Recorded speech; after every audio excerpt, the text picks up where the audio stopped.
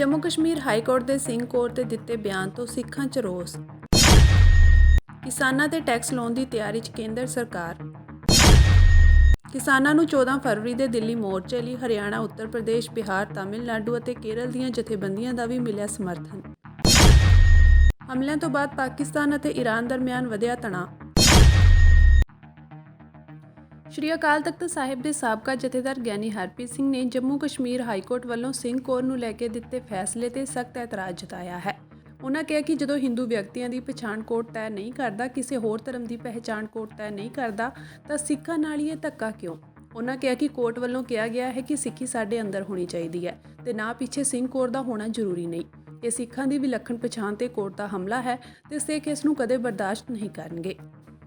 ਤੇ Jammu Kashmir high court ਵੱਲੋਂ ਜਿਹੜਾ ਫੈਸਲਾ ਦਿੱਤਾ ਗਿਆ ਹੈ, ਗੁਰਦੁਆਰਾ ਕਮੇਟੀ ਦਾ ਮੈਂਬਰ ਬਣਨ ਵਾਸਤੇ ਸਿੰਘ ਜਾਂ ਕੌਰ ਜਿਹੜਾ ਹੈ ਉਹ ਨਾਮ ਦੇ ਪਿੱਛੇ ਜ਼ਰੂਰੀ ਨਹੀਂ ਹੈ, ਕਿਉਂਕਿ ਧਰਮ ਜਿਹੜਾ ਉਹ ਮਨ ਦੇ ਵਿੱਚ ਹੁੰਦਾ ਹੈ। ਇਹ ਬਿਲਕੁਲ ਹੀ ਗੈਰ ਮਰਿਆਦਤ ਜਿਹੜਾ ਹੈ ਉਹ ਫੈਸਲਾ ਹੈ। ਸਿੱਖ ਧਰਮ ਦੀ ਮਰਿਆਦਾ ਦੇ ਅਨੁਸਾਰ ਨਹੀਂ ਹੈ। ਇਹ ਫੈਸਲਾ ਮੇਲ ਨਹੀਂ ਖਾਂਦਾ ਸਿੱਖ ਧਰਮ ਦੀ ਰਹਿਤ ਮਰਿਆਦਾ ਦੇ ਨਾਲ, ਔਰ ਇਹ ਮੰਦਭਾਗਾ ਫੈਸਲਾ ਹੈ। ਕੱਲ੍ਹ ਨੂੰ ਬਹੁਤ ਸਾਰੇ ਹਿੰਦੂ ਕਹਿਣਗੇ ਕਿ ਸਾਡੇ ਮਨ ਦੇ ਵਿੱਚ ਇਸਲਾਮ ਹੈ ਤੇ ਉਹ ਮਸਜਿਦ ਕਮੇਟੀਆਂ ਦੇ ਮੈਂਬਰ ਬਣਨਗੇ। ਮੁਸਲਮਾਨ ਕਹਿਣਗੇ ਕਿ ਸਾਡੇ ਮਨ ਦੇ ਵਿੱਚ ਹਿੰਦੂ ਧਰਮ ਹੈ ਤੇ ਉਹ ਹਿੰਦੂ ਮੰਦਰ ਕਮੇਟੀਆਂ ਦੇ ਮੈਂਬਰ ਬਣਨਗੇ। ਜੇ ਇਹ ਪ੍ਰਵਾਨ ਨਹੀਂ ਹੈ ਤੇ ਫਿਰ ਕੋਈ ਵੀ ਜਿਹੜਾ ਹੈ ਉਹ ਗੈਰ ਸਿੱਖ ਬੰਦਾ ਇਹ ਕਹਿ ਕੇ ਗੁਰਦੁਆਰਾ ਕਮੇਟੀ ਦਾ ਮੈਂਬਰ ਕਿਵੇਂ ਬਣ ਸਕਦਾ ਹੈ ਕਿ ਮੇਰੇ ਮਨ ਦੇ ਵਿੱਚ ਸਿੱਖ ਧਰਮ ਹੈ? ਇਹ ਜਿਹੜੇ ਫੈਸਲਾ ਹੈ ਇਹ ਬਿਲਕੁਲ ਗੈਰ ਮਰਿਆਦਤ ਹੈ, ਸਿੱਖ ਧਰਮ ਦੀ ਮਰਿਆਦਾ ਦੇ ਬਿਲਕੁਲ ਉਲਟ ਹੈ, ਔਰ ਸਿੱਖ ਪਹਿਚਾਣ ਦੇ ਉੱਤੇ ਵੱਡਾ ਹਮਲਾ ਹੈ ਇੱਕ ਕਿਸਮ ਦਾ, ਜਿਹੜਾ J&K ਹਾਈ ਕੋਰਟ ਦਾ ਜਿਹੜਾ ਫੈਸਲਾ ਹੈ। ਸਾਡੀਆਂ ਪੰਥਕ ਸੰਸਥਾਵਾਂ ਨੂੰ, ਸ਼੍ਰੋਮਣੀ ਗੁਰਦੁਆਰਾ ਪ੍ਰਬੰਧਕ ਕਮੇਟੀ ਨੂੰ, ਦਿੱਲੀ ਗੁਰਦੁਆਰਾ ਸਿੱਖ ਪ੍ਰਬੰਧਕ ਕਮੇਟੀ ਨੂੰ ਇਸ ਫੈਸਲੇ ਦੇ ਖਿਲਾਫ ਜਿਹੜਾ ਜ਼ਰੂਰ ਸੁਪਰੀਮ ਕੋਰਟ ਦੇ ਵਿੱਚ ਅਪੀਲ ਪਾਉਣੀ ਚਾਹੀਦੀ ਹੈ। ਕਿੱਡੀ ਹੈਰਾਨੀ ਦੀ ਗੱਲ ਹੈ ਕਿ ਹਿੰਦੂ ਦੀ ਪਹਿਚਾਣ ਕੋਰਟ ਤੈਅ ਨਹੀਂ ਕਰਦੀ, ਮੁਸਲਮਾਨ ਦੀ ਪਹਿਚਾਣ ਕੋਰਟ ਤੈਅ ਨਹੀਂ ਕਰਦੀ, ਤੇ ਫਿਰ ਸਿੱਖ ਦੀ ਪਹਿਚਾਣ ਕੀ ਹੋਣੀ ਚਾਹੀਦੀ ਹੈ ਤੇ ਇਹ ਕੋਰਟ ਕਿਵੇਂ ਤੈਅ ਕਰ ਸਕਦੀ ਹੈ ਜਾਂ ਕਾਨੂੰਨ ਕਿਵੇਂ ਤੈਅ ਕਰ ਸਕਦਾ ਹੈ? ਸਿੱਖ ਦੀ ਪਰਿਭਾਸ਼ਾ ਸ਼੍ਰੀ ਗੁਰੂ ਗ੍ਰੰਥ ਸਾਹਿਬ ਸੱਚੇ ਪਾਤਸ਼ਾਹ 'ਚ ਦਰਜ ਹੈ, ਸਿੱਖ ਰਹਿਤ ਮਰਿਆਦਾ 'ਚ ਦਰਜ ਹੈ, ਜਿਹਦੇ ਵਿੱਚ ਸਪਸ਼ਟ ਤੌਰ ਦੇ ਉੱਤੇ ਲਿਖਿਆ ਹੈ ਕਿ ਸਿੱਖ ਦੀ ਪਰਿਭਾਸ਼ਾ ਜਿਹੜੀ ਹੈ ਉਹ ਕੀ ਹੋਣੀ ਚਾਹੀਦੀ ਹੈ, ਔਰ ਸਿੱਖ ਦੀ ਪਰਿਭਾਸ਼ਾ ਜਿਹੜੀ ਹੈ ਉਹ ਕੀ ਹੈ। ਇਹ ਸਾਡੀ ਸਿੱਖ ਮਰਿਆਦਾ ਦੇ ਵਿੱਚ ਖੁੱਲ੍ਹ ਕੇ ਜਿਹੜਾ ਹੈ ਉਹ ਵਰਣਨ ਹੈ ਸਭ ਤੋਂ ਪਹਿਲੇ ਨੰਬਰ ਦੇ ਉੱਤੇ। ਤਾਂ ਇਸ ਕਰਕੇ ਜੰਮੂ ਤੇ ਕਸ਼ਮੀਰ ਹਾਈ ਕੋਰਟ ਦਾ ਜਿਹੜਾ ਇਹ ਫੈਸਲਾ ਹੈ ਇਹ ਸਿੱਖ ਪਹਿਚਾਣ ਦੇ ਉੱਤੇ ਇੱਕ ਕਿਸਮ ਦਾ ਹਮਲਾ ਕਰਨ ਤੋਂ ਲੈ ਫੈਸਲਾ, ਇਹਨੂੰ ਪ੍ਰਵਾਨ ਨਹੀਂ ਕੀਤਾ ਜਾ ਸਕਦਾ। ਵਾਹਿਗੁਰੂ ਜੀ ਖਾਲਸਾ, ਵਾਹਿਗੁਰੂ ਜੀ ਕੀ ਫਤਿਹ। ਬਹੁਤ ਵਾਰੇ ਲਫ਼ਜ਼ ਕਹੇ ਨੇ ਕਿ ਮਾਈਨੋਰਟੀਜ਼ ਜਿਹੜੀਆਂ ਨੇ ਉਹ ਪੂਰੀ ਦੁਨੀਆ ਦੇ ਵਿੱਚ ਕਿਤੇ ਵੀ ਸੇਫ ਨਹੀਂ ਹੈ, ਚਾਹੇ ਉਹ ਕਿਸੇ ਵੀ ਧਰਮ ਨਾਲ ਸੰਬੰਧਿਤ ਨੇ। ਪਾਕਿਸਤਾਨ ਦੇ ਵਿੱਚ ਵੀ ਮਰਦਾਨ ਦੇ ਵਿੱਚ ਇੱਕ ਘਟਨਾ ਜਿਹੜੀ ਹੈ ਸਾਹਮਣੇ ਆਈ ਹੈ ਕਿ ਸਰਦਾਰ ਅਮਰਜੀਤ ਸਿੰਘ ਨਾਮ ਦੇ ਇੱਕ ਦੁਕਾਨਦਾਰ ਨੂੰ ਉਹਦੇ ਗੁਆਂਢੀ ਨੇ ਜਿਹੜਾ ਹੈ ਉਹ ਛੁਰਿਆਂ ਦੇ ਨਾਲ ਜਿਹੜਾ ਹੈ ਉਹ ਹਮਲਾ ਕਰਨ ਦਾ ਉਹਦੇ ਤੇ ਯਤਨ ਕੀਤਾ ਹੈ। ਜਾਨ ਉਹਦੀ ਬੇਸ਼ੱਕ ਬਚ ਗਈ ਹੈ, ਜ਼ਖਮੀ ਹੈ, ਪਰ ਪਾਕਿਸਤਾਨ ਸਰਕਾਰ ਨੂੰ ਇਸ ਹਮਲੇ ਦੇ ਵਿਰੁੱਧ ਦੇ ਵਿੱਚ ਜੋ ਵੀ ਦੋਸ਼ੀ ਹੈ ਉਹਦੇ ਤੇ ਕਾਰਵਾਈ ਕਰਨੀ ਚਾਹੀਦੀ ਹੈ। ਅਜਿਹੀਆਂ ਘਟਨਾਵਾਂ ਮੁੜ ਕੇ ਜਿਹੜੀਆਂ ਉਹ ਨਾ ਵਾਪਰਨ, ਪਾਕਿਸਤਾਨ ਸਰਕਾਰ ਨੂੰ ਘੱਟ ਗਿਣਤੀਆਂ ਦੀ ਸੁਰੱਖਿਆ ਯਕੀਨੀ ਬਣਾਉਣੀ ਚਾਹੀਦੀ ਹੈ। ਦਿੱਲੀ ਗੁਰਦੁਆਰਾ ਪ੍ਰਬੰਧਕ ਕਮੇਟੀ ਨੇ ਫੈਸਲਾ ਲਿਆ ਹੈ ਕਿ ਉਹ ਜੰਮੂ ਕਸ਼ਮੀਰ ਹਾਈ ਕੋਰਟ ਦੇ ਉਸ ਫੈਸਲੇ ਨੂੰ ਚੁਣੌਤੀ ਦੇਵੇਗੀ ਜਿਸ ਵਿੱਚ ਕਿਹਾ ਗਿਆ ਹੈ ਕਿ ਸਿੱਖਾਂ ਲਈ ਆਪਣੇ ਨਾਂ ਪਿੱਛੇ ਸਿੰਘ ਜਾਂ ਕੌਰ ਜੋੜਨਾ ਲਾਜ਼ਮੀ ਨਹੀਂ ਹੈ। ਦਿੱਲੀ ਗੁਰਦੁਆਰਾ ਕਮੇਟੀ ਦੇ ਪ੍ਰਧਾਨ ਹਰਮੀਤ ਸਿੰਘ ਕਾਲਕਾ ਨੇ ਕਿਹਾ ਕਿ ਇਸ ਫੈਸਲੇ ਨਾਲ ਸਮੂਹ ਸਿੱਖਾਂ ਦੇ ਹਿਰਦਿਆਂ ਨੂੰ ਠੇਸ ਪਹੁੰਚੀ ਹੈ। ਅਦਾਲਤ ਨੇ ਇਹ ਫੈਸਲਾ ਜੰਮੂ ਕਸ਼ਮੀਰ ਦੇ ਅਖਨੂਰ ਦੇ ਗੁਰਦੁਆਰਾ ਸਾਹਿਬ ਦੇ ਮਾਮਲੇ ਦੀ ਸੁਣਵਾਈ ਤੋਂ ਬਾਅਦ ਦਿੱਤਾ ਹੈ। ਉਨ੍ਹਾਂ ਕਿਹਾ ਕਿ ਜਦੋਂ ਗੁਰੂ ਗੋਬਿੰਦ ਸਿੰਘ ਜੀ ਨੇ ਖਾਲਸਾ ਪੰਥ ਦੀ ਸਾਜਨਾ ਕੀਤੀ ਸੀ ਤਾਂ ਉਹਨਾਂ ਨੇ ਜਾਤ-ਪਾਤ, ਊਚ-ਨੀਚ ਅਤੇ ਮਰਦ-ਔਰਤ ਦੇ ਭੇਦਭਾਵ ਨੂੰ ਖਤਮ ਕਰਨ ਹਿੱਤ ਮਰਦ ਨੂੰ ਸਿੰਘ ਅਤੇ ਇਸਤਰੀ ਨੂੰ ਆਪਣੇ ਨਾਂ ਪਿੱਛੇ ਕੌਰ ਵਰਤਣ ਦਾ ਸੰਦੇਸ਼ ਦਿੱਤਾ ਸੀ। ਪਰ ਜੰਮੂ ਹਾਈ ਕੋਰਟ ਦਾ ਫੈਸਲਾ ਪੂਰੀ ਤਰ੍ਹਾਂ ਸਿੱਖ ਵਿਰੋਧੀ ਹੈ। ਉਨ੍ਹਾਂ ਕਿਹਾ ਕਿ ਪਹਿਲੀ ਗੱਲ ਤਾਂ ਇਹ ਕਿ ਕਿਸੇ ਵੀ ਅਦਾਲਤ ਨੂੰ ਸਿੱਖਾਂ ਦੇ ਧਾਰਮਿਕ ਮਾਮਲਿਆਂ ਬਾਰੇ ਕੋਈ ਫੈਸਲਾ ਲੈਣ ਦਾ ਅਧਿਕਾਰ ਨਹੀਂ ਹੈ। ਦੂਜੀ ਗੱਲ, ਜਿਸ ਜੱਜ ਨੇ ਫੈਸਲਾ ਦਿੱਤਾ ਹੈ ਉਸ ਨੂੰ ਸ਼ਾਇਦ ਸਿੱਖ ਇਤਿਹਾਸ ਦਾ ਗਿਆਨ ਨਹੀਂ ਹੈ, ਕਿਉਂਕਿ ਜੇ ਉਸ ਨੂੰ ਗਿਆਨ ਹੁੰਦਾ ਤਾਂ ਉਹ ਕਦੇ ਵੀ ਅਜਿਹਾ ਫੈਸਲਾ ਨਾ ਲੈਂਦਾ। ਉਨ੍ਹਾਂ ਕਿਹਾ ਕਿ ਦਿੱਲੀ ਗੁਰਦੁਆਰਾ ਕਮੇਟੀ ਦੀ ਕਾਨੂੰਨੀ ਟੀਮ ਜਲਦੀ ਹੀ ਇਸ ਫੈਸਲੇ ਨੂੰ ਚੁਣੌਤੀ ਦੇਵੇਗੀ। ਜੰਮੂ ਕਸ਼ਮੀਰ ਦੀ ਅਦਾਲਤ ਵੱਲੋਂ ਸਿੰਘ ਕੌਰ ਨੂੰ ਲੈ ਕੇ ਦਿੱਤੇ ਬਿਆਨ ਤੇ ਸਰਦਾਰ ਸਿਮਰਨਜੀਤ ਸਿੰਘ ਮਾਨ ਨੇ ਨਾਰਾਜ਼ਗੀ ਜਤਾਈ ਹੈ। ਉਨ੍ਹਾਂ ਕਿਹਾ ਕਿ ਸਿੱਖ ਕੌਮ ਦੇ ਮਰਦਾਂ ਅਤੇ ਔਰਤਾਂ ਦੇ ਨਾਵਾਂ ਨਾਲ ਸਿੰਘ ਜਾਂ ਕੌਰ ਲਿਖਣਾ ਸਿੱਖ ਕੌਮ ਦੀ ਮਰਿਆਦਾ ਦਾ ਗੰਭੀਰ ਵਿਸ਼ਾ ਹੈ, ਕਿਉਂਕਿ ਸ੍ਰੀ ਗੁਰੂ ਗੋਬਿੰਦ ਸਿੰਘ ਜੀ ਨੇ ਖਾਲਸੇ ਦੀ ਸਾਜਨਾ ਕਰਦੇ ਹੋਏ ਮਰਦਾਂ ਨੂੰ ਆਪਣੇ ਨਾਮ ਨਾਲ ਸਿੰਘ ਅਤੇ ਬੀਬੀਆਂ ਨੂੰ ਕੌਰ ਦਾ ਨਾਮ ਦੇ ਕੇ ਸਿੱਖ ਕੌਮ ਦੀ ਵੱਖਰੀ ਤੇ ਅਣਖੀਲੀ ਪਹਿਚਾਣ ਨੂੰ ਮਜ਼ਬੂਤ ਕੀਤਾ ਸੀ। ਉਸ ਸਮੇਂ ਤੋਂ ਹੀ ਸਿੱਖ ਪਰਿਵਾਰ ਆਪਣੇ ਬੱਚਿਆਂ ਦੇ ਜਨਮ ਸਮੇਂ ਸਾਹਿਬ ਸ੍ਰੀ ਗੁਰੂ ਗ੍ਰੰਥ ਸਾਹਿਬ ਜੀ ਵਿੱਚੋਂ ਹੁਕਮਨਾਮਾ ਲੈਂਦੇ ਹੋਏ ਹੁਕਮਨਾਮੇ ਦੇ ਪਹਿਲੇ ਸ਼ਬਦ ਨੂੰ ਆਧਾਰ ਮੰਨ ਕੇ ਆਪਣੇ ਬੱਚਿਆਂ ਦੇ ਨਾਮ ਸਿੰਘ ਅਤੇ ਕੌਰ ਦਿੰਦੇ ਆ ਰਹੇ ਹਨ। ਇਹ ਮਰਿਆਦਾ ਸਿੱਖ ਕੌਮ ਦਾ ਅੰਦਰੂਨੀ ਵਿਸ਼ਾ ਹੈ। ਇਸ ਉੱਤੇ ਕਿਸੇ ਵੀ ਮੁਲਕ, ਇੰਡੀਆ ਮੁਲਕ ਦੇ ਹੁਕਮਰਾਨ, ਅਦਾਲਤਾਂ, ਜੱਜਾਂ ਜਾਂ ਕਿਸੇ ਹੋਰ ਸੰਸਥਾ ਨੂੰ ਕਿਸੇ ਤਰ੍ਹਾਂ ਦਾ ਵਿਧਾਨਕ ਹੱਕ ਨਹੀਂ ਹੈ ਕਿ ਉਹ ਸਾਨੂੰ ਆਪਣੇ ਨਾਵਾਂ ਨਾਲ ਸਿੰਘ ਜਾਂ ਕੌਰ ਲਿਖਣ ਤੋਂ ਵਰਜਣ ਜਾਂ ਇਹਨਾਂ ਨਾਵਾਂ ਸੰਬੰਧੀ ਸਾਨੂੰ ਕੋਈ ਬਿਨ ਮੰਗਿਆ ਸਲਾਹ ਦੇਣ। ਇਸ ਲਈ ਸਿੱਖ ਕੌਮ ਨੇ ਆਪਣੇ ਅੰਦਰੂਨੀ ਕੌਮੀ ਮਸਲਿਆਂ ਜਾਂ ਮਰਿਆਦਾ ਨਾਲ ਸੰਬੰਧਿਤ ਕਿਸੇ ਤਰ੍ਹਾਂ ਦੀ ਵੀ ਮੰਦਭਾਵਨਾ ਅਧੀਨ ਕੀਤੇ ਗਏ ਫੈਸਲੇ ਜਾਂ ਹੁਕਮ ਨੂੰ ਨਾ ਤਾਂ ਕਦੀ ਪਹਿਲੇ ਪ੍ਰਵਾਨ ਕੀਤਾ ਹੈ, ਨਾ ਹੀ ਅੱਜ ਕਰੇਗੀ ਅਤੇ ਨਾ ਹੀ ਆਉਣ ਵਾਲੇ ਸਮੇਂ ਵਿੱਚ ਕਰੇਗੀ। ਉਹਨਾਂ ਕਿਹਾ ਕਿ ਮੈਂ ਜੰਮੂ ਕਸ਼ਮੀਰ ਦੀ ਹਾਈ ਕੋਰਟ ਵੱਲੋਂ ਕੀਤੇ ਗਏ ਉਸ ਨਿੰਦਣਯੋਗ ਫੈਸਲੇ, ਜਿਸ ਵਿੱਚ ਹਾਈ ਕੋਰਟ ਨੇ ਇਹ ਕਿਹਾ ਹੈ ਕਿ ਸਿੱਖਾਂ ਦੇ ਨਾਮ ਨਾਲ ਸਿੰਘ ਜਾਂ ਕੌਰ ਹੋਣਾ ਜ਼ਰੂਰੀ ਨਹੀਂ, ਇਸ ਦੀ ਸਖਤ ਸ਼ਬਦਾਂ ਵਿੱਚ ਨਿੰਦਾ ਕਰਦੇ ਹੋਏ ਅਤੇ ਇਸ ਫੈਸਲੇ ਨੂੰ ਸਿੱਖ ਕੌਮ ਵਿਰੋਧੀ ਮੰਦਭਾਵਨਾ ਕਰਾਰ ਦਿੰਦਿਆਂ ਰੱਦ ਕਰਦਾ ਹਾਂ। ਉਹਨਾਂ ਕਿਹਾ ਕਿ ਸਿੱਖ ਧਰਮ ਅਤੇ ਸਿੱਖ ਕੌਮ ਇਨਸਾਨੀਅਤ ਤੇ ਮਨੁੱਖਤਾ ਪੱਖੀ ਕਦਰਾਂ ਕੀਮਤਾਂ ਦੀ ਜ਼ੋਰਦਾਰ ਹਾਮੀ ਭਰਦੀ ਹੈ। ਇਸ ਲਈ ਸਿੱਖ ਕੌਮ ਨਾ ਤਾਂ ਕਦੇ ਕਿਸੇ ਹੋਰ ਦੇ ਧਰਮ ਵਿੱਚ ਦਖਲ ਦਿੰਦੀ ਹੈ ਅਤੇ ਨਾ ਹੀ ਆਪਣੇ ਧਰਮ ਵਿੱਚ ਕਿਸੇ ਨੂੰ ਦਖਲ ਦੇਣ ਦੀ ਇਜਾਜ਼ਤ ਦਿੰਦੀ ਹੈ। ਇਸ ਲਈ ਜੰਮੂ ਕਸ਼ਮੀਰ ਦੀ ਹਾਈ ਕੋਰਟ ਨੇ ਜੋ ਸਾਡੇ ਫਕਰ ਵਾਲੇ ਸਾਹਿਬ ਸ੍ਰੀ ਗੁਰੂ ਗੋਬਿੰਦ ਸਿੰਘ ਜੀ ਵੱਲੋਂ ਮਰਦਾਂ ਅਤੇ ਔਰਤਾਂ ਨੂੰ ਖਾਲਸਾ ਸਾਜਦੇ ਹੋਏ ਦਿੱਤੇ ਗਏ ਨਾਮ ਸਿੰਘ ਅਤੇ ਕੌਰ ਉੱਤੇ ਥੋਪੇ ਜਾਣ ਵਾਲੇ ਸਿੱਖ ਵਿਰੋਧੀ ਫੈਸਲੇ ਨੂੰ ਤੁਰੰਤ ਵਾਪਸ ਲੈਣ ਅਤੇ ਅਜਿਹੇ ਮਰਿਆਦਾ ਸੰਬੰਧੀ ਵਿਸ਼ਿਆਂ ਉੱਤੇ ਹੁਕਮਰਾਨਾਂ, ਅਦਾਲਤਾਂ, ਸੰਸਥਾਵਾਂ ਨੂੰ ਇਸ ਤੋਂ ਦੂਰ ਰਹਿਣ ਦੀ ਨੇਕ ਸਲਾਹ ਵੀ ਦਿੱਤੀ। ਉਹਨਾਂ ਕਿਹਾ ਕਿ ਜੇਕਰ ਇਹਨਾਂ ਨੂੰ ਸਰਬ ਸਾਂਝੇ ਧਰਮ ਅਤੇ ਸਿੱਖ ਕੌਮ ਤੋਂ ਜਲਣ ਹੋ ਰਹੀ ਹੈ, ਜੇਕਰ ਗੁਰੂ ਸਾਹਿਬ ਖਾਲਸੇ ਦੀ ਸਿਰਜਣਾ ਨਾ ਕਰਦੇ ਅਤੇ ਖਾਲਸੇ ਨੂੰ ਅੰਮ੍ਰਿਤਪਾਨ ਦੀ ਦਾਤ ਬਖਸ਼ ਕੇ ਸ਼ੇਰ ਦਾ ਪ੍ਰਤੀਕ ਨਾ ਬਣਾਉਂਦੇ ਤਾਂ ਅੱਜ ਸਮੁੱਚਾ ਇੰਡੀਆ ਇਸਲਾਮਿਕ ਮੁਲਕ ਹੋਣਾ ਸੀ। ਇੱਥੇ ਕੋਈ ਵੀ ਹੋਰ ਧਰਮ ਅਤੇ ਕੌਮ ਨਜ਼ਰ ਨਹੀਂ ਸੀ ਆਉਣੀ। ਉਹਨਾਂ ਕਿਹਾ ਕਿ ਇਹ ਸਿੰਘ ਅਤੇ ਕੌਰ ਉਹ ਖਾਲਸਾ ਹੈ ਜਿਸ ਨੇ ਮੁਗਲ ਧਾੜਵੀਆਂ ਵੱਲੋਂ ਜਬਰੀ ਉਠਾ ਕੇ ਲਿਜਾਣ ਵਾਲੀਆਂ ਹਿੰਦੂ ਧੀਆਂ ਬੀਬੀਆਂ ਨੂੰ ਆਪਣੀ ਜਾਨ ਤੇ ਖੇਲ ਕੇ ਉਹਨਾਂ ਦੇ ਚੁੰਗਲ ਵਿੱਚੋਂ ਛੁਡਵਾ ਕੇ ਬਾਇਜ਼ਤ ਉਹਨਾਂ ਦੇ ਘਰੋਂ ਘਰੀ ਪਹੁੰਚਾਉਣ ਦੀ ਇਨਸਾਨੀ ਜ਼ਿੰਮੇਵਾਰੀ ਨਿਭਾਉਂਦੇ ਰਹੇ ਹਨ ਅਤੇ ਜੋ ਅੱਜ ਤੱਕ ਸਰਹੱਦਾਂ ਉੱਤੇ ਦੁਸ਼ਮਣ ਅੱਗੇ ਕੰਧ ਬਣ ਕੇ ਖੜਦੇ ਆ ਰਹੇ ਹਨ। ਇਹ ਸਿੱਖ ਰੈਜੀਮੈਂਟ ਹੀ ਹੈ ਜਿਸ ਦੀ ਬਦੌਲਤ ਜੰਗਾਂ ਜਿੱਤੀਆਂ ਜਾਂਦੀਆਂ ਹਨ। ਇਹ ਸਿੰਘ ਅਤੇ ਕੌਰ ਦੁਸ਼ਮਣ ਲਈ ਚੁਣੌਤੀ ਅਤੇ ਆਪਣਿਆਂ ਲਈ ਵੱਡੇ ਸਹਿਯੋਗੀ ਬਣ ਕੇ ਹਰ ਦਮ ਹਰ ਤਰ੍ਹਾਂ ਦੇ ਖੇਤਰ ਵਿੱਚ ਤਿਆਰ ਰਹਿੰਦੇ ਹਨ। ਉਹਨਾਂ ਕਿਹਾ ਕਿ ਇਸ ਲਈ ਹੁਕਮਰਾਨਾਂ ਤੇ ਮੁਤਸਵੀ ਜੱਜਾਂ ਤੇ ਅਦਾਲਤਾਂ ਨੂੰ ਚਾਹੀਦਾ ਹੈ ਕਿ ਉਹ ਸਿੱਖਾਂ ਦੇ ਮਨੁੱਖਤਾ ਪੱਖੀ ਮਰਿਆਦਾਵਾਂ, ਅਸੂਲਾਂ ਅਤੇ ਸੋਚ ਨੂੰ ਵਿਗਾੜਨ ਦੀ ਗੁਸਤਾਖੀ ਬਿਲਕੁਲ ਨਾ ਕਰ ਤਾਂ ਬਿਹਤਰ ਹੋਵੇਗਾ। ਉਹਨਾਂ ਉਮੀਦ ਪ੍ਰਗਟ ਕੀਤੀ ਕਿ ਜੰਮੂ ਕਸ਼ਮੀਰ ਦੀ ਹਾਈ ਕੋਰਟ ਸਿੱਖਾਂ ਦੇ ਮਨਾਂ ਤੇ ਆਤਮਾਵਾਂ ਨੂੰ ਠੇਸ ਪਹੁੰਚਾਉਣ ਵਾਲੇ ਇਸ ਫੈਸਲੇ ਨੂੰ ਤੁਰੰਤ ਵਾਪਸ ਲੈ ਕੇ ਆਪਣੀ ਕੀਤੀ ਗੁਸਤਾਖੀ ਨੂੰ ਸੁਧਾਰ ਲਵੇਗੀ ਅਤੇ ਅੱਗੋਂ ਲਈ ਅਜਿਹੇ ਸੰਜੀਦਾ ਮਾਮਲਿਆਂ ਉੱਤੇ ਸਿੱਖ ਕੌਮ ਨੂੰ ਠੇਸ ਪਹੁੰਚਾਉਣ ਤੋਂ ਗੁਰੇਜ਼ ਕਰੇਗੀ। ਕੇਂਦਰ ਸਰਕਾਰ ਕਿਸਾਨਾਂ ਤੇ ਇਨਕਮ ਟੈਕਸ ਲਗਾਉਣ ਦੀ ਤਿਆਰੀ ਕਰ ਰਿਹਾ ਹੈ। ਰਿਜ਼ਰਵ ਬੈਂਕ ਮੁਦਰਾ ਪਾਲਿਸੀ ਕਮੇਟੀ ਦੀ ਮੈਂਬਰ ਆਸ਼ੀਮਾ ਗੋਇਲ ਦਾ ਇਹ ਬਿਆਨ ਸਾਹਮਣੇ ਆਇਆ ਹੈ। ਉਹਨਾਂ ਕਿਹਾ ਕਿ ਅਮੀਰ ਕਿਸਾਨਾਂ ਤੇ ਸਰਕਾਰ ਟੈਕਸ ਲਗਾਉਣ ਤੇ ਵਿਚਾਰ ਕਰ ਸਕਦੀ ਹੈ। ਉਧਰ ਕਿਸਾਨ ਆਗੂਆਂ ਦਾ ਵੀ ਇਸ ਤੇ ਬਿਆਨ ਸਾਹਮਣੇ ਆਇਆ ਹੈ। ਕਿਸਾਨ ਆਗੂ ਹਰਵਿੰਦਰ ਸਿੰਘ ਲੱਖੋਵਾਲ ਨੇ ਇਸ ਤੇ ਕਰੜਾ ਇਤਰਾਜ਼ ਜ਼ਾਹਰ ਕਰਦੇ ਹੋਏ ਕੇਂਦਰ ਸਰਕਾਰ ਨੂੰ ਪੁੱਛਿਆ ਕਿ ਸਾਡੇ ਕੋਲ ਤਾਂ ਜ਼ਮੀਨਾਂ ਹੀ ਨਹੀਂ ਹਨ। 60% ਕਿਸਾਨਾਂ ਕੋਲ 2.5 ਏਕੜ ਤੋਂ ਘੱਟ ਜ਼ਮੀਨ ਹੈ। ਸਾਡੇ ਪੰਜਾਬ ਵਿੱਚ ਵੱਡੇ ਕਿਸਾਨ 17.5 ਏਕੜ ਤੋਂ ਵੱਧ ਜ਼ਮੀਨ ਨਹੀਂ ਰੱਖ ਸਕਦਾ ਹੈ। ਲੱਖੋਵਾਲ ਨੇ ਕਿਹਾ ਕਿ ਅਸੀਂ ਇਨਕਮ ਟੈਕਸ ਵੀ ਦੇ ਦੇਵਾਂਗੇ, ਪਰ ਸਵਾਮੀਨਾਥਨ ਰਿਪੋਰਟ ਦੇ ਅਨੁਸਾਰ ਜਿਹੜਾ MSP ਦਾ ਵਾਅਦਾ ਕੀਤਾ ਹੈ ਉਹ ਦਿਓ। ਫਸਲਾਂ ਦੇ ਖਰਚੇ ਵੀ ਜੋੜ ਲਿਓ, ਫਿਰ ਅਸੀਂ ਇਨਕਮ ਟੈਕਸ ਵੀ ਦੇਣ ਨੂੰ ਤਿਆਰ ਹਾਂ। ਲੱਖੋਵਾਲ ਨੇ ਕਿਹਾ ਕਿ ਲੋਕ ਸਭਾ ਚੋਣਾਂ ਦਾ ਸਮਾਂ ਆ ਗਿਆ ਹੈ। ਜਾਣਬੁੱਝ ਕੇ ਸਰਕਾਰ ਅਜਿਹੇ ਬਿਆਨ ਦੇ ਰਹੀ ਹੈ। ਉਹ ਸਾਡੀ ਮੰਗਾਂ ਤੋਂ ਧਿਆਨ ਭਟਕਾਉਣਾ ਚਾਹੁੰਦੀ ਹੈ। ਸਰਕਾਰ ਨੇ ਕਿਸਾਨਾਂ ਨਾਲ ਕੀਤਾ ਇੱਕ ਵੀ ਵਾਅਦਾ ਪੂਰਾ ਨਹੀਂ ਕੀਤਾ ਹੈ। 2024 ਵਿੱਚ ਆਮਦਨ ਦੁੱਗਣੀ ਨਹੀਂ ਹੋਈ, ਕਰਜ਼ੇ ਮੁਆਫ ਨਹੀਂ ਕੀਤੇ। ਜੇਕਰ ਸਰਕਾਰ ਨੇ ਸਾਡੀ ਮੰਗਾਂ ਨਾ ਮੰਨੀਆਂ ਤਾਂ ਅਸੀਂ 26 ਜਨਵਰੀ ਨੂੰ ਪੂਰੇ ਦੇਸ਼ ਵਿੱਚ ਟਰੈਕਟਰ ਮਾਰਚ ਕੱਢ ਰਹੇ ਹਾਂ ਅਤੇ 26 ਫਰਵਰੀ ਨੂੰ ਭਾਰਤ ਬੰਦ ਦਾ ਸੱਦਾ ਦਿੱਤਾ ਹੈ। ਦੱਸ ਦਈਏ ਕਿ 1961 ਵਿੱਚ ਜਦੋਂ ਇਨਕਮ ਟੈਕਸ ਕਾਨੂੰਨ ਬਣਿਆ ਸੀ ਤਾਂ ਉਸ ਵੇਲੇ ਤੈਅ ਹੋਇਆ ਸੀ ਕਿ ਖੇਤੀਬਾੜੀ ਤੋਂ ਹੋਣ ਵਾਲੀ ਆਮਦਨ ਨੂੰ ਟੈਕਸ ਦੇ ਦਾਇਰੇ ਤੋਂ ਬਾਹਰ ਰੱਖਿਆ ਜਾਵੇਗਾ। ਇਹ ਸੰਵਿਧਾਨ ਦੀ 7ਵੀਂ ਅਨੁਸੂਚੀ ਵਿੱਚ ਦਰਜ ਹੈ ਤੇ ਇਨਕਮ ਟੈਕਸ ਦੇ ਸੈਕਸ਼ਨ 10 ਵਿੱਚ ਸ਼ਾਮਿਲ ਹੈ। 2019 ਵਿੱਚ ਵੀ ਕਿਸਾਨੀ ਦੇ ਕੁਝ ਹਿੱਸੇ ਨੂੰ ਟੈਕਸ ਦੇ ਦਾਇਰੇ ਵਿੱਚ ਲਿਆਉਣ ਦੀ ਚਰਚਾ ਹੋਈ ਸੀ, ਪਰ ਇਹ ਲਾਗੂ ਨਹੀਂ ਹੋ ਸਕਿਆ ਸੀ। ਮੋਦੀ ਸਰਕਾਰ ਆਪਣੀ ਦੂਜੀ ਸਰਕਾਰ ਦਾ ਅਖੀਰਲਾ ਬਜਟ ਪੇਸ਼ ਕਰਨ ਜਾ ਰਹੀ ਹੈ। ਇਸ ਤੋਂ ਬਾਅਦ 3 ਮਹੀਨੇ ਦੇ ਅੰਦਰ ਲੋਕ ਸਭਾ ਚੋਣਾਂ ਹੋਣੀਆਂ ਹਨ।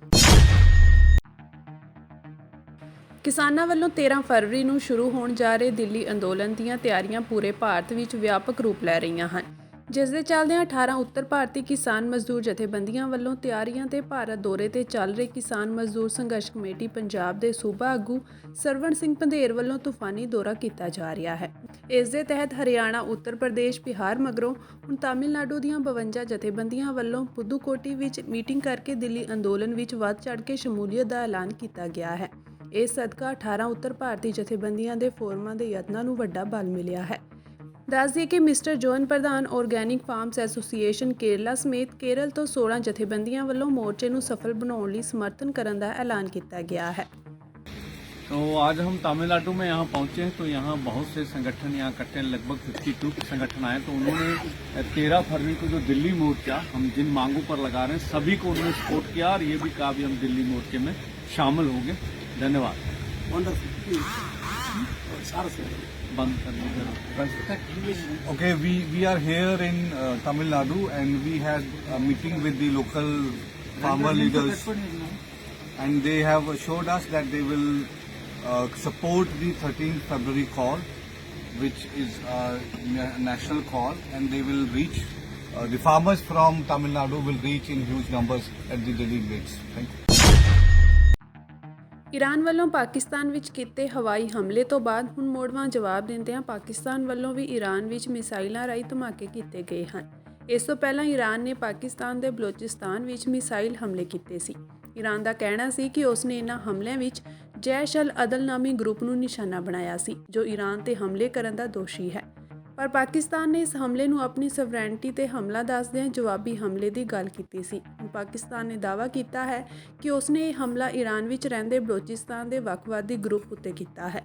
ਇਸ ਹਮਲੇ ਵਿੱਚ 9 ਲੋਕਾਂ ਦੀ ਮੌਤ ਦੀ ਖਬਰ ਹੈ। ਇਨ੍ਹਾਂ ਹਮਲਿਆਂ ਤੋਂ ਬਾਅਦ ਦੋਵਾਂ ਮੁਲਕਾਂ ਦਰਮਿਆਨ ਹਾਲਾਤ ਤਣਾਅ ਵਾਲੇ ਬਣੇ ਹੋਏ ਹਨ। ਸ਼੍ਰੋਮਣੀ ਅਕਾਲੀ ਦਲ ਬਾਦਲ ਦੇ ਆਗੂ ਵਿਕਰਮ ਮਜੀਠੀਆ ਨੇ ਇੱਕ ਵਾਰ ਫਿਰ ਆਮ ਆਦਮੀ ਪਾਰਟੀ ਦੇ ਕਨਵੀਨਰ ਅਰਵਿੰਦ ਕੇਜਰੀਵਾਲ ਦੇ ਪੇਸ਼ੀ ਤੇ ਪੇਸ਼ ਨਾ ਹੋਣ ਤੇ ਗੰਭੀਰ ਇਲਜ਼ਾਮ ਲਗਾਏ ਹਨ। ਉਨ੍ਹਾਂ ਕਿਹਾ ਕਿ ਕੇਜਰੀਵਾਲ ਡਰ ਕਾਰਨ ਪੇਸ਼ੀ ਤੋਂ ਬਚਣ ਲਈ ਇੱਕ ਸੂਬੇ ਤੋਂ ਦੂਜੇ ਸੂਬੇ ਲੁਕਦੇ ਫਿਰ ਰਹੇ ਹਨ। ਉਨ੍ਹਾਂ ਕਿਹਾ ਕਿ ਦੇਸ਼ ਵਿੱਚ 2 ਕਾਨੂੰਨ ਨਹੀਂ, ਕਾਨੂੰਨ ਸਾਰਿਆਂ ਲਈ ਬਰਾਬਰ ਹੈ। ਕੋਈ ਵੀ ਕਾਨੂੰਨ ਤੋਂ ਉੱਪਰ ਨਹੀਂ, ਬੇਸ਼ੱਕ ਉਹ ਪ੍ਰਧਾਨ ਮੰਤਰੀ ਹੋਵੇ ਜਾਂ ਮੁੱਖ ਮੰਤਰੀ। ਮੈਨੂੰ ਜਿੰਨੀ ਵਾਰ ਬੁਲਾਇਆ ਗਿਆ ਮੈਂ ਹਾਜ਼ਰ ਹੋਇਆ, ਪਰ ਦਿੱਲੀ ਦੇ ਮੁੱਖ ਮੰਤਰੀ ਹਰ ਵਾਰ ਬਹਾਨੇ ਲਾ ਕੇ ਪੇਸ਼ੀ ਤੋਂ ਬਚ ਜਾਂਦੇ ਹਨ। ਉਨ੍ਹਾਂ ਕਿਹਾ ਕਿ ਪੰਜਾਬ ਦੇ ਮੁੱਖ ਮੰਤਰੀ ਭਗਵੰਤ ਮਾਨ ਪੰਜਾਬ ਦੇ ਖਰਚੇ ਤੇ ਆਪਣੇ ਆਕਾ ਨੂੰ ਦੂਜੇ ਸੂਬਿਆਂ ਵਿੱਚ ਘੁਮਾ ਰਹੇ ਹਨ ਤੇ ਇਸ ਸਭ ਖਰਚੇ ਦਾ ਬੋਝ ਪੰਜਾਬ ਦੇ ਆਮ ਲੋਕਾਂ ਤੇ ਪਵੇਗਾ। ਉਨ੍ਹਾਂ ਕਿਹਾ ਕਿ ਪੰਜਾਬ ਜੋ ਪਹਿਲਾਂ ਹੀ ਕਰਜ਼ੇ ਹੇਠ ਸੀ, ਉਸ ਨੂੰ ਹੋਰ ਕਰਜ਼ਾਈ ਕਰਨ ਵਿੱਚ ਭਗਵੰਤ ਮਾਨ ਨੇ ਕੋਈ ਕਸਰ ਨਹੀਂ ਛੱਡੀ। ਦੇਖੋ ਜੀ, ਦੇਸ਼ ਦੁਨੀਆ 'ਚ 2 ਕਾਨੂੰਨ ਨਹੀਂ, ਕਾਨੂੰਨ ਸਭ ਲਈ ਬਰਾਬਰ ਨੇ ਔਰ ਕੋਈ ਕਾਨੂੰਨ ਦੇ ਉੱਤੋਂ ਦੀ ਨਹੀਂ, ਚਾਹੇ ਉਹ ਕਿੱਡਾ ਵੱਡਾ ਲੀਡਰ ਹੋਵੇ, ਚਾਹੇ ਮੁੱਖ ਮੰਤਰੀ ਹੋਵੇ, ਚਾਹੇ ਉਹ ਪ੍ਰਧਾਨ ਮੰਤਰੀ ਹੋਵੇ। ਮਗਰ ਇੱਕ ਗੱਲ ਵੇਖਣ ਨੂੰ ਮਿਲ ਰਹੀ ਹੈ ਕਿ ਕਿਵੇਂ ਜਿਹੜੇ ਤਾਕਤਵਰ ਲੀਡਰ ਨੇ ਜਾਂ ਜਿਹੜੇ ਪੋਜੀਸ਼ਨ ਆਫ ਪਾਵਰ 'ਚ ਬੈਠੇ ਆ, ਉਹ ਸਮਝਦੇ ਆ ਉਹਨਾਂ ਲਈ ਕਾਨੂੰਨ ਕੁਛ ਨਹੀਂ। ਇਹੀ ਕਾਰਨ ਹੈ ਕਿ ਜਦੋਂ ਕਿਸੇ ਆਪੋਜੀਸ਼ਨ ਪਾਰਟੀ ਦੇ ਪੰਜਾਬ ਨੂੰ ਸਮਨ ਜਾਰੀ ਹੁੰਦੇ ਆ, ਮੈਨੂੰ ਹੋਏ ਕਿੰਨੀ ਵਾਰੀ, ਮੈਂ ਤਾਂ 7 ਵਾਰੀ ਚੋਂ 6 ਵਾਰੀ ਪੇਸ਼ ਹੋ ਗਿਆ। ਕੇਜਰੀਵਾਲ ਸਾਹਿਬ ਨੂੰ ਵੀ ਲਿਕਰ ਘੁਟਾਲੇ 'ਚ, ਸ਼ਰਾਬ ਘੁਟਾਲੇ 'ਚ, ਜਿਹੜਾ ਕੋਈ ਹਜ਼ਾਰਾਂ ਕਰੋੜ ਦਾ ਘੁਟਾਲਾ ਦਿੱਲੀ ਦਾ ਤੇ ਪੰਜਾਬ ਦਾ ਦੱਸਿਆ ਜਾਂਦਾ, ਉਹਦੇ 'ਚ ਸਮਨ ਜਾਰੀ ਹੋ ਰਹੇ। ਅੱਜ ਚੌਥਾ ਸਮਨ ਸੀ, ਅੱਜ 18 ਤਰੀਕ ਹੈ ਔਰ ਪਤਾ ਲੱਗਿਆ ਕਿ ਅੱਜ ਉਹ ਫੇਰ ਨਹੀਂ ਜਾ ਰਹੇ। ਕਮਾਲ ਦੀ ਗੱਲ ਹੈ, ਕਦੇ ਇਲੈਕਸ਼ਨ ਦਾ ਬਹਾਨਾ, ਕਦੇ ਵਿਪਾਸਨਾ ਦਾ ਬਹਾਨਾ ਕਿ ਮੈਨੂੰ ਇਕਾਂਤਵਾਸ ਦੀ ਲੋੜ ਹੈ, ਕਦੇ ਹੁਣ ਅੱਜ ਗੋਆ ਚਲੇ ਗਏ ਔਰ ਗੋਆ ਵੀ ਗਏ ਆ ਪੰਜਾਬ ਦੇ ਖਰਚੇ ਤੇ। ਸਾਡਾ ਆਪ ਦਾ ਹੀ ਉਹਨਾਂ ਨੂੰ ਟੂਰ ਗਾਈਡ ਕਹਿ ਲਓ, ਕੰਡਕਟਰ ਕਹਿ ਲਓ, ਜਾਂ ਜਿਵੇਂ 에ਅਰ ਹੋਸਟਸ ਹੁੰਦੀ ਹੈ ਨਾ, ਉਸ ਤਰ੍ਹਾਂ ਮੇਲ ਸਟੂਵਰਟ ਕਹਿੰਦੇ ਉਹਨੂੰ, ਅਟੈਂਡੈਂਟ ਕਹਿੰਦੇ ਆ, ਉਹ ਸਾਡੇ ਵਾਲਾ ਮੁੱਖ ਮੰਤਰੀ ਉਹਨਾਂ ਨੂੰ ਲੈ ਕੇ ਗਿਆ। ਮੈਂ ਪੁੱਛਣਾ ਚਾਹੁੰਦਾ ਕਿ ਇਹ ਜਾਇਜ਼ ਹੈ? ਇਹ ਆਰ ਦੇ above the law? Ki action ਨਹੀਂ ਹੋਣਾ ਚਾਹੀਦਾ ਭਗਵੰਤ ਮਾਨ ਦੇ ਖਿਲਾਫ ਵੀ ਕਿ ਜਿਸ ਦਿਨ ਤਰੀਕ ਹੁੰਦੀ ਆ, ਹੁਣ ਉਹ ਬੀਚਾਂ ਦੀ ਸੈਰ ਤੇ ਚਲੇ ਗਏ। ਪਹਿਲਾਂ ਵਿਪਾਸਨਾ ਸੀ ਤੇ ਵਿਪਾਸਨਾ ਵੈਸੇ ਤਾਂ ਬਾਹਰ ਜਾਂਦੇ ਸੀ, ਮਗਰ ਪਿਛਲੀ ਵਾਰੀ ਡਰ ਸੀ ਕਿ ਦੂਜੇ ਸਟੇਟ 'ਚ ਜਾਵਾਂਗੇ, ਬੀਜੇਪੀ ਰੂਲ ਸਟੇਟ ਜਾਵਾਂਗੇ, ਸਾਨੂੰ ਫੜ ਨਾ ਲੈਣ, ਤੇ ਪੰਜਾਬ 'ਚ ਆ ਗਈ। ਔਰ ਵਿਪਾਸਨਾ ਉਹਨਾਂ ਨੇ ਤਾਂ ਘੱਟ ਕੀਤੀ। ਮੈਨੂੰ ਲੱਗਦਾ ਪੰਜਾਬ ਪੁਲਿਸ ਜਿਹੜੇ 1000 ਬੰਦਾ ਲਾ ਚੁੱਕਿਆ ਸੀ, ਉੱਥੇ ਲਾਤਾ ਸੀ, ਉਹਨਾਂ ਨੇ ਵਿਪਾਸਨਾ ਵੱਧ ਕਰ ਲਈ। ਮਗਰ ਚਲੋ be as it may be, ਅੱਜ ਹਾਲਾਤ ਕੀ ਨੇ ਕਿ ਪੰਜਾਬ ਦੇ ਖਰਚੇ ਤੇ 100 ਤੋਂ ਵੱਧ ਕਰੋੜ ਰੁਪਈਆ ਸਾਲਾਨਾ ਖਰਚ ਹੋ ਰਿਹਾ ਜਹਾਜ਼ ਤੇ। ਕਿਹਨੂੰ? ਦਿੱਲੀ ਦੇ ਮੁੱਖ ਮੰਤਰੀ ਨੂੰ ਘੁਮਾਉਣ ਲਈ। ਕਦੇ ਇਤਿਹਾਸ 'ਚ ਇਹ ਕਦੇ ਵੇਖਣ ਨੂੰ ਨਹੀਂ ਮਿਲਿਆ ਕਿ ਇੱਕ ਸੂਬੇ ਦਾ ਮੁੱਖ ਮੰਤਰੀ ਦੂਜੇ ਸੂਬੇ ਦੇ ਮੁੱਖ ਮੰਤਰੀ ਨੂੰ ਪਹਿਲਾਂ ਤਾਂ ਉਦਘਾਟਨ ਹਰ ਚੀਜ਼ ਦਾ ਕਰਾਵੇ, ਫਿਰ ਉਸ ਨੂੰ ਝੂਟੇ ਦਵਾਵੇ ਜਹਾਜ਼ 'ਚ। ਜਿਹੜਾ ਕੰਮ ਖਰਚਾ ਪੰਜਾਬ ਦੇ ਲੋਕ ਚੱਲਦੇ, ਇਹ ਕਦੇ ਇਤਿਹਾਸ 'ਚ ਪਹਿਲੀ ਵਾਰੀ ਨਹੀਂ ਹੋਇਆ। ਜੇ ਕਿਸੇ ਮੁੱਖ ਮੰਤਰੀ ਨੇ ਜਹਾਜ਼ ਵਰਤਣਾ ਤੇ ਆਪਦੇ ਖਰਚੇ ਤੇ ਵਰਤੇ, ਸਾਨੂੰ ਕੋਈ ਨਹੀਂ। ਮਗਰ ਵਾਈ ਸ਼ੁਡ ਪੰਜਾਬ ਪੇ? ਪੰਜਾਬ ਦੇ ਲੋਕੀ ਕਿਉਂ ਪੇ ਕਰਨ, ਜਦ ਕਿ ਪੰਜਾਬ ਤੇ 60-65 ਹਜ਼ਾਰ ਕਰੋੜ ਰੁਪਏ ਦਾ ਕਰਜ਼ਾ ਮੌਜੂਦਾ ਆਮ ਆਦਮੀ ਪਾਰਟੀ ਸਰਕਾਰ ਨੇ ਨਵਾਂ ਲੈ ਲਿਆ 1.5-2 ਸਾਲਾਂ 'ਚ। ਆ ਹੁਣ ਨਵੇਂ ਸਾਲ 'ਚ ਵੀ 2500 ਕਰੋੜ ਦਾ ਨਵਾਂ ਕਰਜ਼ਾ ਲੈ ਲਿਆ। ਭਾਈ ਤੁਸੀਂ ਡੀਏ ਤਾਂ ਦਿੰਦੇ ਨਹੀਂ, ਮੁਲਾਜ਼ਮ ਨੂੰ ਕੱਚਿਆਂ ਤੋਂ ਪੱਕੇ ਕਰਦੇ ਨਹੀਂ, ਉਹ ਆਪਦੀਆਂ ਮੰਗਾਂ ਨੂੰ ਲੈ ਕੇ ਰੋਜ਼ ਸੜਕਾਂ ਤੇ ਚੜੇ ਆ, ਉਹ ਸੁਣਦੇ ਨਹੀਂ। ਤਨਖਾਹਾਂ ਤੁਸੀਂ ਲੇਟ ਦਵੋ, ਡਿਵੈਲਪਮੈਂਟ ਤੁਸੀਂ ਬੰਦ ਕਰਦੇ ਹੋ, ਬਿਜਲੀ ਦੇ ਬਿੱਲ ਅੱਜ ਇੰਡਸਟਰੀ ਨੂੰ ਸਭ ਤੋਂ ਮਹਿੰਗੇ ਮਿਲ ਰਹੇ ਆ। ਮੁੱਦੇ ਬੜੇ ਨੇ ਅੱਜ ਮੁਲਾਜ਼ਮ ਦੇ, ਕਿਸਾਨੀ ਦੇ, ਖੁਦਕੁਸ਼ੀਆਂ ਦੇ। ਕਿਸਾਨਾਂ ਨੂੰ ਉਹਨਾਂ ਨੂੰ ਜੋ ਬਣਦਾ ਉਹਨਾਂ ਦਾ ਤੁਸੀਂ ਵਾਅਦਾ ਕੀਤਾ ਸੀਗਾ ਕਿ ਅਸੀਂ ਉਹਨਾਂ ਨੂੰ ਜੇ ਕੋਈ ਖੁਦਕੁਸ਼ੀ ਪਹਿਲਾਂ ਤਾਂ ਕਰੂ ਨਹੀਂ, ਮਗਰ ਜੇ ਕਰੂ ਤੇ ਅਸੀਂ ਉਹਦੇ ਪਰਿਵਾਰ ਦੀ ਬਾਹ ਫੜਾਂਗੇ, ਉਹ ਤੁਸੀਂ ਨਹੀਂ ਫੜਦੇ। ਕਿਸਾਨੀ ਨੂੰ ਲਾਹੇਵੰਦ ਧੰਦਾ ਬਣਾਉਣ ਵਾਸਤੇ ਫਸਲਾਂ ਦੇ ਪੂਰਾ ਸਵਾਮੀਨਾਥਨ ਕਮਿਸ਼ਨ ਦੀ ਤੁਸੀਂ ਕਿਹਾ ਸੀ ਰਿਪੋਰਟ ਸੈਂਟਰ ਲਾਗੂ ਕਰੇ ਨਾ ਕਰੇ, ਅਸੀਂ ਕਰਾਂਗੇ। ਨਾ ਕਿਸਾਨਾਂ ਦੀ ਬਾਹ ਫੜੋ, ਨਾ ਖੇਤ ਮਜ਼ਦੂਰ ਦੀ ਪੁੱਛੋ, ਨਾ ਵਪਾਰੀ ਨੂੰ ਉਹਦੀ ਬਾਹ ਫੜੋ, ਨਾ ਤੁਸੀਂ ਦੁਕਾਨਦਾਰਾਂ ਨੂੰ ਪੁੱਛੋ, ਨਾ ਮੁਲਾਜ਼ਮਾਂ ਨੂੰ ਪੁੱਛੋ। ਕੀ ਇਹਨਾਂ ਹਾਲਾਤਾਂ 'ਚ ਕਾਨੂੰਨ ਦੀਆਂ ਧੱਜੀਆਂ ਉਡਾਉਣੀਆਂ? ਜਿਸ ਦਿਨ ਪੇਸ਼ੀ ਹੋਵੇ ਉਸ ਦਿਨ ਜਹਾਜ਼ ਪੰਜਾਬ ਦਾ ਹੋਵੇ, ਅਟੈਂਡੈਂਟ ਪੰਜਾਬ ਦਾ ਹੋਵੇ, ਟੂਰ ਗਾਈਡ ਪੰਜਾਬ ਦਾ ਮੁੱਖ ਮੰਤਰੀ ਹੋਵੇ, ਤੇ ਦਿੱਲੀ ਦੇ ਮੁੱਖ ਮੰਤਰੀ ਨੂੰ ਲੈ ਕੇ ਤੁਸੀਂ ਰਫੂ ਚੱਕਰ ਹੋ ਜਾਂਦੇ ਹੋ। ਇਹ ਕਾਨੂੰਨ ਸਭ ਲਈ ਇੱਕ ਹੈ, ਘਬਰਾਓ ਨਾ। ਗੁਜਰਾਤ ਵਿੱਚ 2002 ਦੇ ਦੰਗਿਆਂ ਦੌਰਾਨ ਬਿਲਕਿਸ ਬਾਨੋ ਨਾਲ ਸਮੂਹਿਕ ਬਲਾਤਕਾਰ ਅਤੇ ਉਹਨਾਂ ਦੇ ਪਰਿਵਾਰ ਦੇ 7 ਮੈਂਬਰਾਂ ਦੀ ਹੱਤਿਆ ਦੇ ਮਾਮਲੇ ਵਿੱਚ 3 ਦੋਸ਼ੀਆਂ ਨੇ ਵੀਰਵਾਰ ਨੂੰ ਸੁਪਰੀਮ ਕੋਰਟ ਵਿੱਚ ਇੱਕ ਪਟੀਸ਼ਨ ਦਾਇਰ ਕਰਕੇ ਆਤਮ ਸਮਰਪਣ ਲਈ ਹੋਰ ਸਮਾਂ ਮੰਗਣ ਦੀ ਬੇਨਤੀ ਕੀਤੀ। ਗੁਜਰਾਤ ਸਰਕਾਰ ਤੇ ਆਪਣੀ ਸ਼ਕਤੀਆਂ ਦੀ ਦੁਰਵਰਤੋਂ ਕਰਨ ਦਾ ਦੋਸ਼ ਲਗਾਉਂਦਿਆਂ ਸੁਪਰੀਮ ਕੋਰਟ ਨੇ 2002 ਦੇ ਦੰਗਿਆਂ ਦੇ ਦੌਰਾਨ ਬਿਲਕਿਸ ਬਾਨੋ ਨਾਲ ਸਮੂਹਿਕ ਬਲਾਤਕਾਰ ਅਤੇ ਉਹਨਾਂ ਦੇ ਪਰਿਵਾਰ ਦੇ 7 ਮੈਂਬਰਾਂ ਦੀ ਹੱਤਿਆ ਦੇ ਮਾਮਲੇ ਵਿੱਚ 11 ਦੋਸ਼ੀਆਂ ਨੂੰ ਸਜ਼ਾ ਮੁਆਫ ਕਰਨ ਦੇ ਸੂਬਾ ਸਰਕਾਰ ਦੇ ਫੈਸਲੇ ਨੂੰ ਜਨਵਰੀ ਵਿੱਚ ਰੱਦ ਕਰ ਦਿੱਤਾ ਸੀ। ਇਸ ਦੇ ਨਾਲ ਹੀ ਦੋਸ਼ੀਆਂ ਨੂੰ 2 ਹਫ਼ਤਿਆਂ ਦੇ ਅੰਦਰ ਜੇਲ੍ਹ ਭੇਜਣ ਦੇ ਨਿਰਦੇਸ਼ ਦਿੱਤੇ। ਹੋਰ ਸਮਾਂ ਦੇਣ ਦੇ ਮਾਮਲੇ ਦਾ ਜ਼ਿਕਰ ਜਸਟਿਸ ਬੀ ਨਾਗਰਤਨਾ ਅਤੇ ਜਸਟਿਸ ਸੰਜੇ ਕਰੋਲ ਦੀ ਬੈਂਚ ਦੇ ਸਾਹਮਣੇ ਕੀਤਾ ਗਿਆ। ਇਸ ਤੇ ਬੈਂਚ ਨੇ ਰਜਿਸਟਰੀ ਨੂੰ ਕਿਹਾ ਕਿ ਉਹ ਪਟੀਸ਼ਨ ਨੂੰ ਚੀਫ ਜਸਟਿਸ ਦੇ ਸਾਹਮਣੇ ਪੇਸ਼ ਕਰਨ। ਬੈਂਚ ਨੇ ਕਿਹਾ ਕਿ ਤਿੰਨਾਂ ਬਚਾਅ ਪੱਖਾਂ ਦੀ ਤਰਫੋਂ ਕਿਹਾ ਗਿਆ ਹੈ ਕਿ ਆਤਮ ਸਮਰਪਣ ਅਤੇ ਜੇਲ੍ਹ ਜਾਣ ਲਈ ਸਮਾਂ ਵਧਾਉਣ ਲਈ ਅਰਜ਼ੀਆਂ ਦਾਇਰ ਕੀਤੀਆਂ ਗਈਆਂ ਹਨ। ਬੈਂਚ ਦਾ ਪੁਨਰਗਠਨ ਕੀਤਾ ਜਾਣਾ ਹੈ ਅਤੇ ਕਿਉਂਕਿ ਸਮਾਂ ਐਤਵਾਰ ਨੂੰ ਖਤਮ ਹੋ ਰਿਹਾ ਹੈ, ਇਸ ਲਈ ਰਜਿਸਟਰੀ ਨੂੰ ਬੈਂਚ ਦੇ ਪੁਨਰਗਠਨ ਲਈ ਚੀਫ ਜਸਟਿਸ ਤੋਂ ਆਦੇਸ਼ ਲੈਣ ਦੀ ਲੋੜ ਹੈ।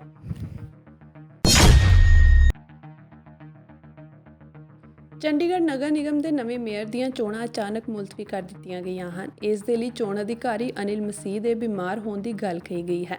ਇਸ ਸੰਬੰਧੀ ਇੱਕ ਸੰਦੇਸ਼ ਕੌਂਸਲਰਾਂ ਨੂੰ WhatsApp ਰਾਹੀਂ ਭੇਜਿਆ ਗਿਆ ਸੀ। ਇਸ ਤੋਂ ਪਹਿਲਾਂ ਮੇਅਰ ਦੀ ਚੋਣ ਲਈ VOTING ਦਾ ਨੋਟੀਫਿਕੇਸ਼ਨ ਵੀ ਜਾਰੀ ਨਹੀਂ ਕੀਤਾ ਗਿਆ ਸੀ, ਜਿਸ ਤੋਂ ਬਾਅਦ ਆਪ ਤੇ ਕਾਂਗਰਸੀ ਕੌਂਸਲਰਾਂ ਨੇ ਹੰਗਾਮਾ ਕੀਤਾ। ਇਸ ਨੂੰ ਦੇਖਦੇ ਹੋਏ ਕਾਂਗਰਸ ਅਤੇ ਆਪ ਸਮਰਥਕਾਂ ਨੇ ਵੀ ਨਾਅਰੇਬਾਜ਼ੀ ਸ਼ੁਰੂ ਕਰ ਦਿੱਤੀ। ਇਸ ਸੰਬੰਧੀ ਉਹਨਾਂ ਦੀ ਪੁਲਿਸ ਨਾਲ ਝੜਪ ਵੀ ਹੋਈ, ਜਿਸ ਤੋਂ ਬਾਅਦ ਆਪ ਅਤੇ ਕਾਂਗਰਸ ਦੇ 50 ਤੋਂ ਵੱਧ ਵਰਕਰਾਂ ਨੂੰ ਹਿਰਾਸਤ ਵਿੱਚ ਲੈ ਲਿਆ ਗਿਆ। ਮੌਕੇ ਤੇ ਪੁੱਜੇ ਕਾਂਗਰਸ ਦੇ ਸਾਬਕਾ ਕੇਂਦਰੀ ਮੰਤਰੀ ਪਵਨ ਬਾਂਸਲ ਅਤੇ ਆਪ ਦੇ ਰਾਜ ਸਭਾ ਮੈਂਬਰ ਰਾਘਵ ਚੱਡਾ ਨੂੰ ਵੀ ਪੁਲਿਸ ਨੇ ਬਾਹਰ ਹੀ ਰੋਕ ਲਿਆ। ਦੋਵਾਂ ਆਗੂਆਂ ਨੇ ਕਿਹਾ ਕਿ ਉਹ ਇਸ ਸੰਬੰਧੀ ਹਾਈਕੋਰਟ ਜਾਣਗੇ। ਚੱਡਾ ਨੇ ਕਿਹਾ ਕਿ ਭਾਜਪਾ ਇੰਡੀਆ ਗੱਠਜੋੜ ਤੋਂ ਡਰਦੀ ਹੈ। ਦੂਜੇ ਪਾਸੇ ਭਾਜਪਾ ਕੌਂਸਲਰਾਂ ਨੇ ਕਿਹਾ ਕਿ ਚੋਣ ਅਧਿਕਾਰੀ ਪੰਜਾਬ ਸਰਕਾਰ ਦੇ ਅਧਿਕਾਰੀ ਹਨ। ਸਾਨੂੰ ਸ਼ੱਕ ਹੈ ਕਿ ਪੰਜਾਬ ਸਰਕਾਰ ਦੇ ਇਸ਼ਾਰੇ ਤੇ ਚੋਣਾਂ ਮੁਲਤਵੀ ਕੀਤੀਆਂ ਗਈਆਂ ਹਨ। ਪੁਲਿਸ ਨੇ ਅਮਨ ਕਾਨੂੰਨ ਬਣਾਈ ਰੱਖਣ ਲਈ ਨਿਗਮ ਦਫ਼ਤਰ ਦੇ ਆਲੇ-ਦੁਆਲੇ ਦੇ 200 ਮੀਟਰ ਦੇ ਘੇਰੇ ਨੂੰ ਪੂਰੀ ਤਰ੍ਹਾਂ ਖਾਲੀ ਕਰਵਾ ਲਿਆ। ਆਪ ਕੌਂਸਲਰ ਪੰਜਾਬ ਦੇ ਮੁੱਖ ਮੰਤਰੀ ਭਗਵੰਤ ਮਾਨ ਦੇ ਘਰ ਪਹੁੰਚੇ ਹਨ। ਦੇਸ਼ ਵਿੱਚ ਪਹਿਲੀ ਵਾਰ ਚੰਡੀਗੜ੍ਹ ਨਗਰ ਨਿਗਮ ਵਿੱਚ ਵਿਰੋਧੀ ਪਾਰਟੀਆਂ ਇੰਡੀਆ ਅਤੇ ਭਾਜਪਾ ਦੇ ਗੱਠਜੋੜ ਵਿਚਾਲੇ ਸਿੱਧਾ ਮੁਕਾਬਲਾ ਹੋਣਾ ਸੀ। ਚੰਡੀਗੜ੍ਹ ਨਗਰ ਨਿਗਮ ਇੰਡੀਆ ਵਿੱਚ ਬਣੇ ਗੱਠਜੋੜ ਵਿੱਚ ਆਪ ਅਤੇ ਕਾਂਗਰਸ ਸ਼ਾਮਿਲ ਹਨ। ਚੋਣਾਂ ਰੱਦ ਹੋਣ ਤੋਂ ਬਾਅਦ ਆਪ ਦੇ ਰਾਜ ਸਭਾ ਮੈਂਬਰ ਰਾਘਵ ਚੱਡਾ ਨੇ ਕਿਹਾ ਕਿ ਭਾਜਪਾ ਇਸ ਚੋਣ ਨੂੰ ਰੱਦ ਕਰਨਾ ਚਾਹੁੰਦੀ ਹੈ ਕਿਉਂਕਿ ਭਾਜਪਾ ਕੋਲ ਬਹੁਮਤ ਨਹੀਂ ਹੈ। ਇਸ ਵਾਰ ਇਹ ਇੰਡੀਆ ਗੱਠਜੋੜ ਦੀ ਪਹਿਲੀ ਚੋਣ ਸੀ। ਇੰਡੀਆ ਗੱਠਜੋੜ ਨੇ ਚੋਣ ਜਿੱਤਣੀ ਸੀ, ਪਰ ਭਾਜਪਾ ਗੈਰ ਕਾਨੂੰਨੀ ਹੱਥਕੰਡੇ ਅਪਣਾ ਕੇ ਚੋਣ ਨੂੰ ਰੱਦ ਕਰਨਾ ਚਾਹੁੰਦੀ ਹੈ। ਉਹਨਾਂ ਚੋਣ ਅਧਿਕਾਰੀ ਨੂੰ ਬਿਮਾਰ ਕਰਾਰ ਦਿੱਤਾ ਹੈ। ਆਪ ਆਗੂ ਨੇ ਕਿਹਾ ਕਿ ਇੰਡੀਆ ਗੱਠਜੋੜ ਨੂੰ ਦੇਖ ਕੇ ਪੂਰੀ ਭਾਜਪਾ ਬਿਮਾਰ ਹੋ ਗਈ ਹੈ। ਭਾਜਪਾ ਲੋਕਤੰਤਰ ਨੂੰ ਕਮਜ਼ੋਰ ਕਰ ਰਹੀ ਹੈ। ਚੱਡਾ ਨੇ ਕਿਹਾ ਕਿ ਭਾਜਪਾ ਦੀ ਹਾਲਤ ਉਸ ਬੱਚੇ ਵਰਗੀ ਹੈ ਜੋ ਗਲੀ ਵਿੱਚ ਮੈਚ ਖੇਡਦੇ ਹੋਏ ਬਾਹਰ ਨਿਕਲਦਾ ਹੈ ਅਤੇ ਫਿਰ ਆਪਣਾ ਬੱਲਾ ਲੈ ਕੇ ਉੱਥੋਂ ਚਲਾ ਜਾਂਦਾ ਹੈ। ਰਾਘਵ ਚੱਡਾ ਨੇ ਕਿਹਾ ਕਿ ਹੁਣ ਅਸੀਂ ਪੰਜਾਬ ਅਤੇ ਹਰਿਆਣਾ ਹਾਈਕੋਰਟ ਜਾਵਾਂਗੇ ਅਤੇ ਅਦਾਲਤ ਨੂੰ ਮੇਅਰ ਦੀ ਚੋਣ ਕਰਵਾਉਣ ਦੀ ਬੇਨਤੀ ਕਰਾਂਗੇ। ਕਾਂਗਰਸ ਦੇ ਸੀਨੀਅਰ ਆਗੂ ਤੇ ਸਾਬਕਾ ਕੇਂਦਰੀ ਮੰਤਰੀ ਪਵਨ ਬਾਂਸਲ ਨੇ ਕਿਹਾ ਕਿ ਜਦੋਂ ਤੋਂ ਨਿਗਮ ਬਣਿਆ ਹੈ ਉਦੋਂ ਤੋਂ ਅਜਿਹਾ ਨਹੀਂ ਹੋਇਆ। ਚੋਣ ਅਧਿਕਾਰੀਆਂ ਨੂੰ ਇੱਕ ਸਾਜ਼ਿਸ਼ ਦੇ ਤਹਿਤ ਮੌਕੇ ਤੇ ਬਿਮਾਰ ਕਰ ਦਿੱਤਾ ਗਿਆ ਹੈ। ਅਜਿਹਾ ਅੱਜ ਤੱਕ ਨਹੀਂ ਹੋਇਆ। ਮੇਅਰ ਚੋਣਾਂ ਰੱਦ ਹੋਣ ਬਾਰੇ ਕਾਂਗਰਸੀ ਕੌਂਸਲਰ ਗੁਰਬਖਸ਼ ਰਾਵਤ ਨੇ ਕਿਹਾ ਕਿ ਸਾਨੂੰ ਇਸ ਬਾਰੇ ਕੋਈ ਜਾਣਕਾਰੀ ਨਹੀਂ ਹੈ। ਸਾਨੂੰ ਦਫ਼ਤਰ ਦੇ ਅੰਦਰ ਵੀ ਨਹੀਂ ਜਾਣ ਦਿੱਤਾ ਗਿਆ। ਉਹਨਾਂ ਦੱਸਿਆ ਕਿ ਭਾਜਪਾ ਸਾਜ਼ਿਸ਼ ਕਰ ਰਹੀ ਹੈ। ਜੇਕਰ ਚੋਣ ਅਧਿਕਾਰੀ ਬਿਮਾਰ ਹੋ ਗਿਆ ਹੈ ਤਾਂ ਇਹ ਜ਼ਿੰਮੇਵਾਰੀ ਕਿਸੇ ਹੋਰ ਨੂੰ ਦਿੱਤੀ ਜਾ ਸਕਦੀ ਸੀ। अपनी हार को सामने देख एक डरी हुई, बौखलाई हुई, कायर बीजेपी चुनावों को रद्द करना चाहती है। आप सब जानते हैं कि इस चुनाव में साफ मेजॉरिटी, साफ बहुमत इंडिया गठबंधन के पास है। ये पहला सामना है, पहला मुकाबला है भाजपा का, और इस चुनावों में साफ तौर पे बहुमत इंडिया गठबंधन के पास है। आप जानते हैं कि कुल मिलाकर 36 मतदान होने हैं। 36 में से 20 से अधिक वोट इंडिया के पास हैं और 14 से 15 वोट भाजपा के पास हैं। यानी कि साफ तौर पे इंडिया गठबंधन ये चुनाव जीतने जा रहा है। लेकिन अपनी हार को अपनी आंखों के सामने देख एक कायर बीजेपी रद्द कर रही है और गैर कानूनी हथकंडे अपना रही है। सबसे पहले इन लोगों ने सेक्रेटरी इलेक्शंस को बीमार कर दिया। आज इन लोगों ने चुनाव के जो प्रिसाइडिंग ऑफिसर होते हैं उनको बीमार कर दिया। ऐसा लगता है कि पूरी की पूरी बीजेपी इंडिया गठबंधन को अपने सामने देख बीमार हो गई है। और बीजेपी क्या मैसेज देना चाहती है इस देश में कि ये इस देश का लोकतंत्र क्या इतना कमजोर है कि जब बीजेपी चुनाव जीतने की स्थिति में होगी तो चुनाव होगा, लेकिन अगर भाजपा ये चुनाव हार रही है तो चुनाव नहीं होगा। क्या ये मैसेज देना चाहती है भाजपा?